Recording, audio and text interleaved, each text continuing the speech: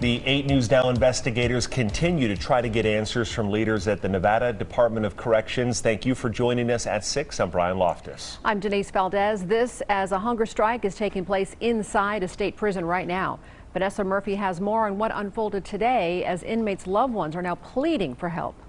As a parent, it kills me. Nina Fernandez says her son is taking part in a hunger strike at Ely State Prison to demand better conditions. He's serving time for stealing a car along with a habitual criminal charge. He said, "Mom, if I never make it out, just know I loved you." And that's sad to say to a parent, for your child to come to you and say something like that. That's terrible.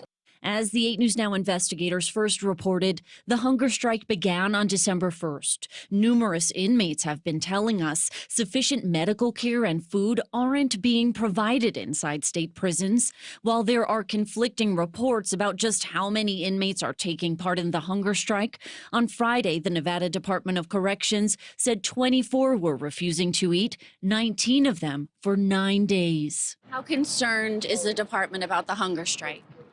Very concerned. Brian Williams is NDOC's Deputy Director of Programs. He stepped outside this NDOC facility where inmates' loved ones and their supporters gathered Friday. As someone who's part of leadership here, are Nevada State Prisons in a crisis? I don't say crisis. We are understaffed.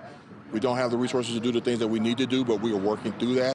Loved ones and advocacy groups are pleading for outside agencies to step in. The whole big thing is getting the help that we need for our inmates, speaking out, getting the help.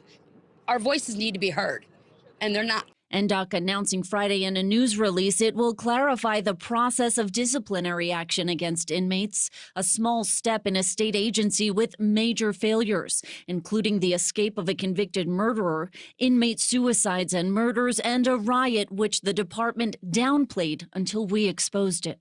Can we have a promise from you that you'll be more transparent, that the department will be more transparent?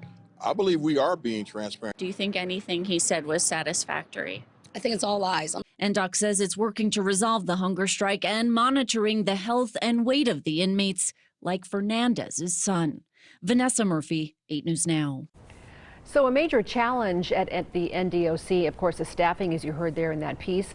The department offers much lower pay, though, compared with nearby law enforcement agencies.